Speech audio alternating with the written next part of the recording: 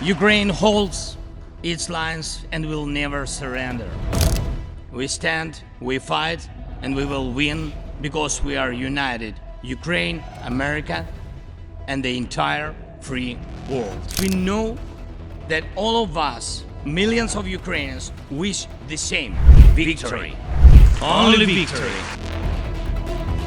That was Ukrainian President Volodymyr Zelensky addressing the U.S. Congress, roughly 10 months after Russia invaded Ukraine. Якщо мир для України, якщо вам дуже потрібно, щоб я залишив свій пост, я готовий. Друга історія, можу поміняти це на НАТО. Якщо є такі умови, одразу, щоб довго про це не говорити. Я фокусуюсь на безпеці України сьогодні, а не за 20 років. І не збираюсь бути у влади десятиріччя. This is the Ukrainian president, 2 days before the third-year anniversary of the Russia-Ukraine war. Zelensky, who once received accolades from the US-led West for refusing to flee Kyiv and standing up to Putin's onslaught, is now facing a crisis of confidence. In the latest episode of HT and F, we dive deeper into how Zelensky's fortunes changed over 3 years of the war. Has the return of Donald Trump in the White House been the deadliest blow to Zelensky?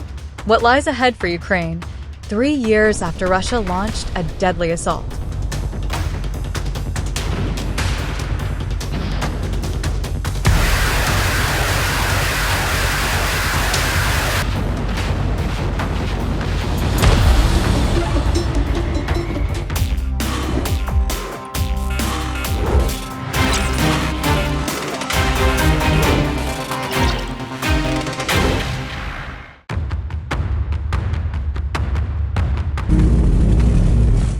On February 24th, 2022, the world watched in shock as Russia invaded its neighboring country, Ukraine.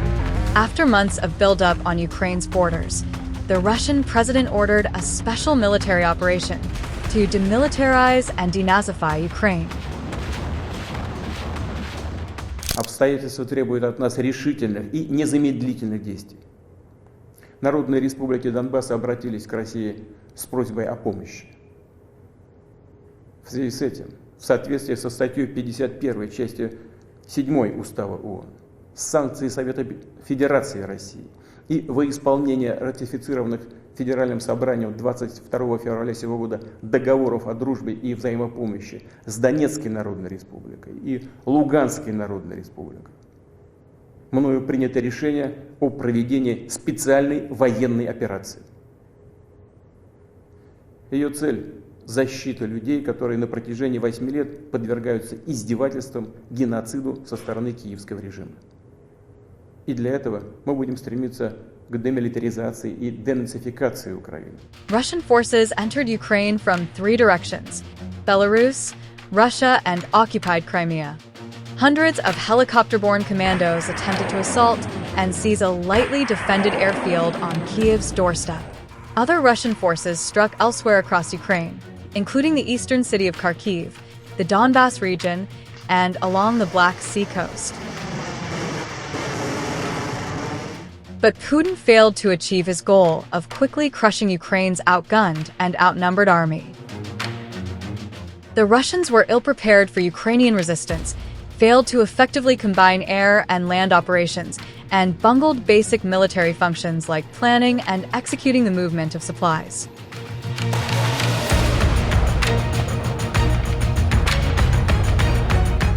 Українці демонструють справжній героїзм. У більшості напрямків ворога зупинили, йдуть бої. Тому атака Росії продовжується із розрахунку, що наші сили будуть втомлені. Але ми не втомлені. Борітесь за нас, борітесь проти війни. Шановні громадяни України, захищаємось, не зупиняємось. Слава вам, слава нашій армії, слава Україні. Zelensky's popularity in the West surged as Ukraine's forces pushed the mighty Russian troops away from Kyiv towards eastern Ukraine. However, Putin's forces soon regrouped northwest of the Ukrainian capital and launched deadly attacks.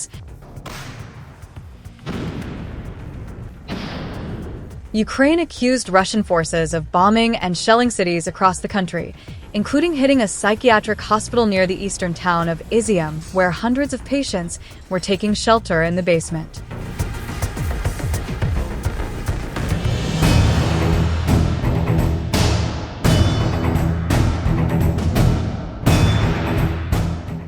Some of the worst atrocities were reported in Mariupol, which witnessed an 85-day siege before eventually falling into Russian control. Російські бомби упали на лікарню та пологовий будинок у місті Маріуполь. Дитячу лікарню, працюючий пологовий будинок. Будівлі зруйновані. Станом на цей час 17 поранених.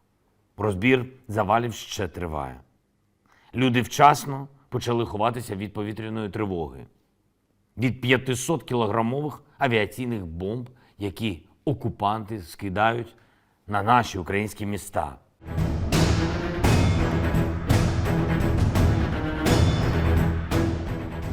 In September 2022, Ukraine dealt another major blow to Russia, pushing its military back and reclaiming over 1,000 square miles. Russia lost nearly all of the northeastern region of Kharkiv, infuriating Putin and demonstrating Ukraine's ability to repel the Russian military by force. At the heart of the Ukrainian counteroffensive was the Zaporizhzhia front, a battleground considered by analysts as the most direct path to split Russian-controlled territory in Ukraine. A rejuvenated Zelensky said that Ukraine will not stop its campaign until Crimea was freed from Russian occupation. Крок за кроком звільняємо українську землю. Зараз звучать Донбас, Харківщина, Херсонщина, але звучатимуть і Запорізька область, і Крим. Прийде час, і вся Україна буде вільною. Україна ламає так звану Другу армію світу. І відтепер Росія буде тільки прохачкою. However, the euphoria of Ukraine's successful counteroffensive was short-lived. Russian forces launched deadly attacks on Ukrainian infrastructure, leaving thousands without power and water. In a message that the worst was yet to come, Putin also ordered Russia's biggest military mobilization since World War II. In late September, Putin signed the final papers to annex 4 regions of Ukraine: Donetsk, Luhansk, Kherson, and Zaporizhzhia, following referendums in Ukraine that the West dismissed as shams.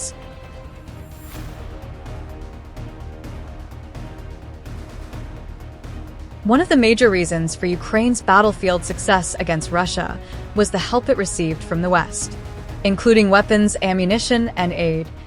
Global aid to Ukraine since 2022 reached a staggering $430 billion as of December 2024, according to the Kiel Institute for the World Economy.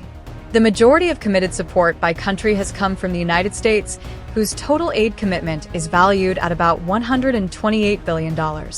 The US is followed by the United Kingdom and Germany for highest commitments overall. The European Union as a whole has committed approximately $124 billion in aid to Ukraine. The West also sent some of its deadliest weapon systems to defend Ukraine from Putin's assault.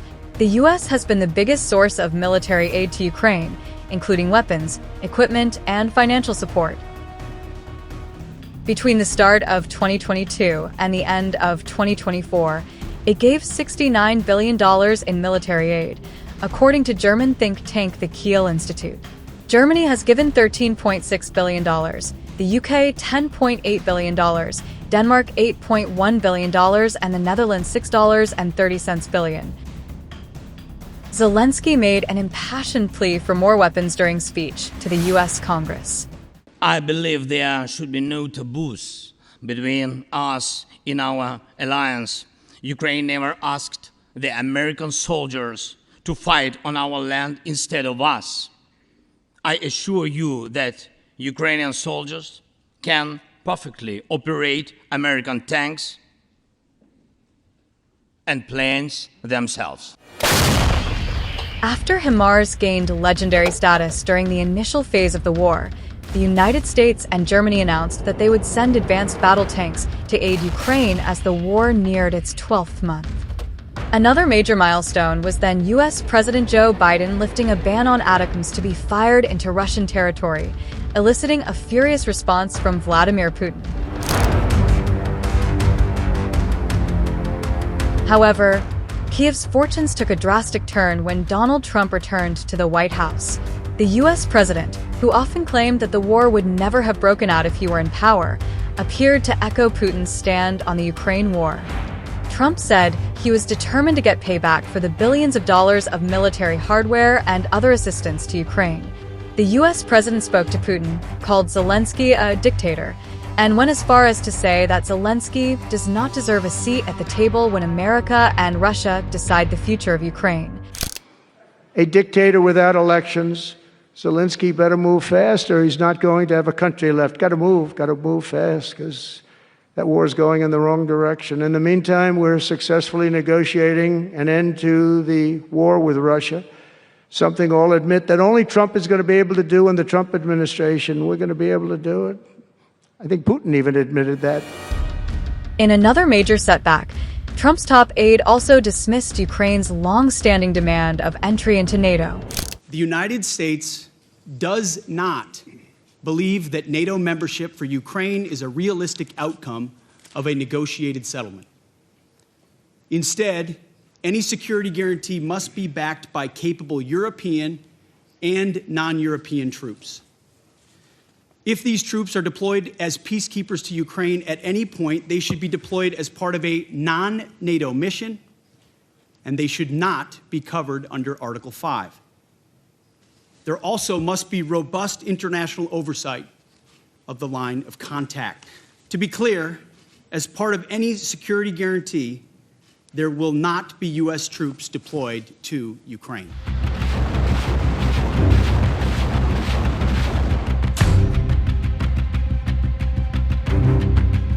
What Putin dubbed this special military operation has turned into Europe's largest conflict since World War II.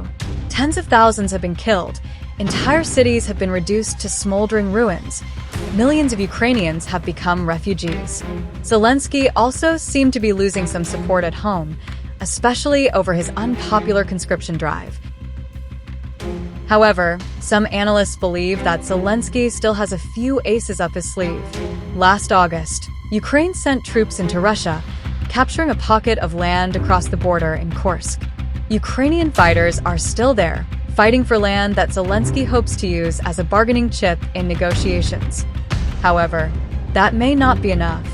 Ukraine looks likely to lose the territories captured by Russian forces as part of a peace deal. The US has set conditions for the flow of aid to continue. The doors of NATO seem to be firmly shut, and the EU is still non-committal about Ukraine's entry into the bloc. So will Volodymyr Zelensky be forced to surrender? Will war-battered Ukraine get peace if Zelensky steps down? What will the fall of Ukraine mean for Europe amid tensions with the US? Or will Zelensky be able to spring a surprise 3 years into the brutal war? We'll wait and watch.